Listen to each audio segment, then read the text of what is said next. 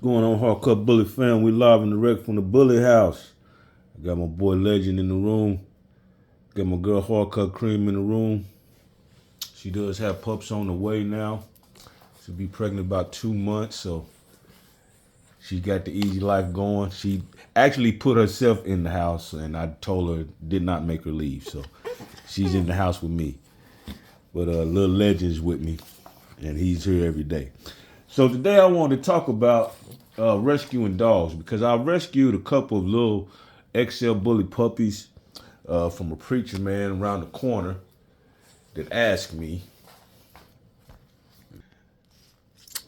Preacher man around the corner asked me, so I went on to rescue these dogs. So I want to keep you safe if you want to do that. So I decided let's do a video on that. Is it safe for a breeder to rescue dogs, and how you do it if it is?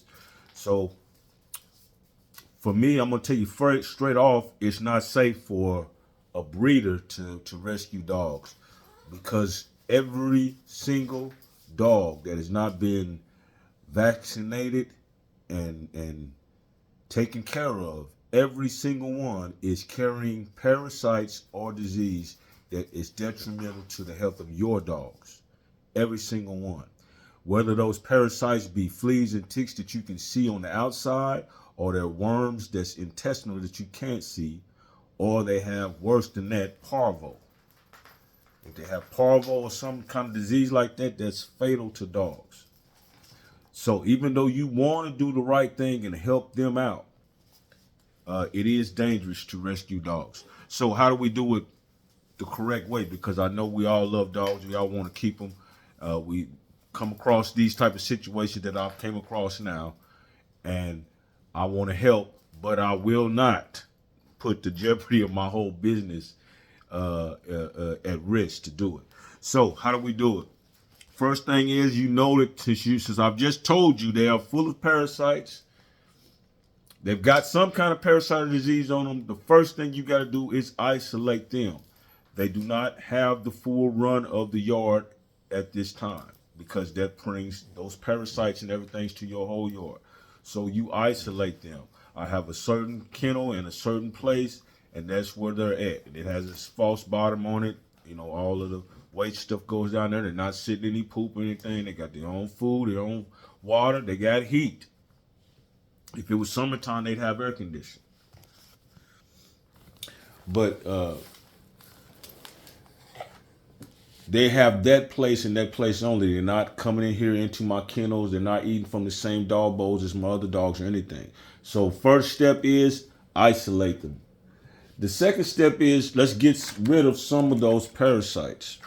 Well, the second step is, before you even do that, they're going to be very hungry and probably dehydrated.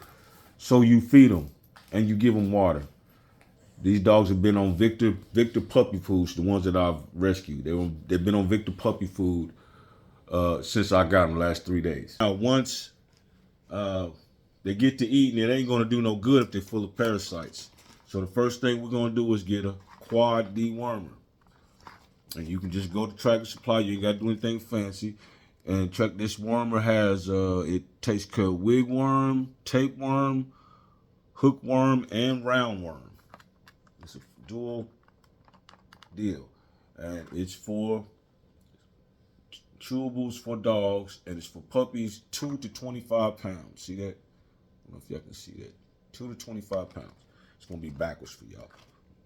But just little chewable deals.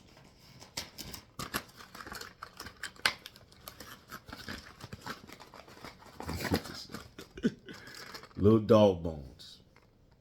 This is the same thing that I go to the bully store and get these same little dog bones individually, but you can buy the whole pack. Okay. So first, the next step, we get some of these parasites out. You deworm that dog. You got it isolated. You got it food, water. Now you're getting rid of some of the parasites. You deworm it. Next thing, we're going to come with some kind of a shot.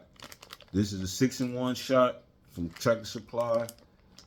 It's most important thing in it is it has parvo.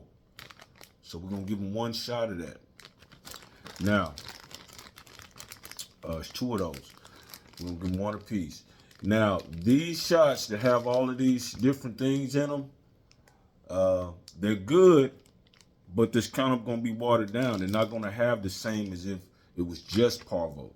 So it's gonna have a little bit of parvo, and it'll help.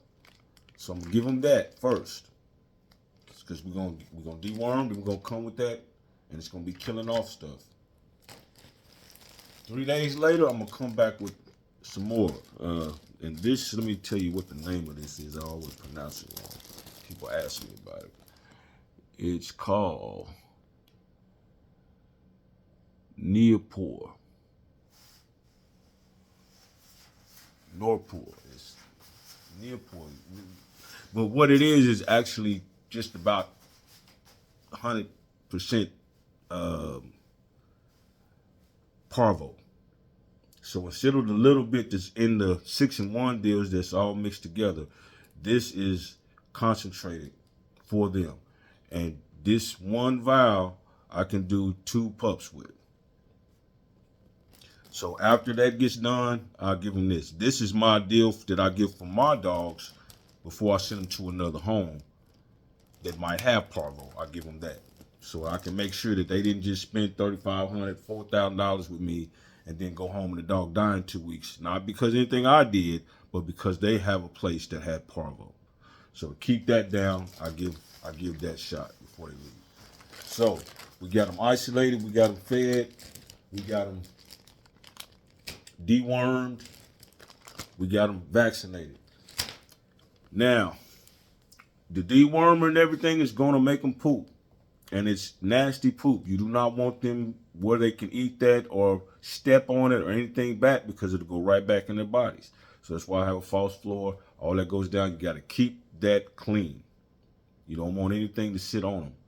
Okay, so you keep that clean, keep the parasites out. For the next 3 or 4 days, they're going to have a lot of bowel movements to get rid of those parasites, to get them out of their cozy, comfy homes.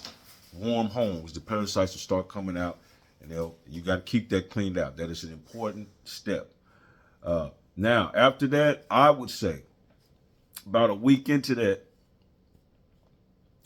you've done your easy solutions. Now take them to the vet and let them do a fecal matter exam, or you can take a fecal matter sample to the vet and let them do the exam, and they'll tell you if they have any more worms, any other parasites, or anything else in there that could be harmful.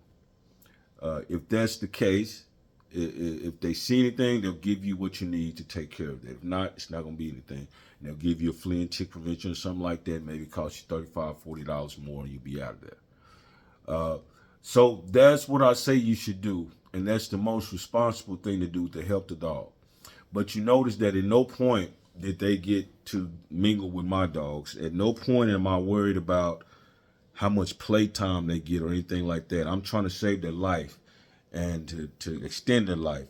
And make no mistake that if you didn't get to these dogs that you rescued and do these steps that I'm saying, they probably would die because they're carrying parasites. And there's nowhere around that. So you gotta do these things to even, for you to even deal with them. People come into my kennel, I have a Clorox and water solution to spray the bottom of your tennis shoes. I don't want any germs coming around my dogs.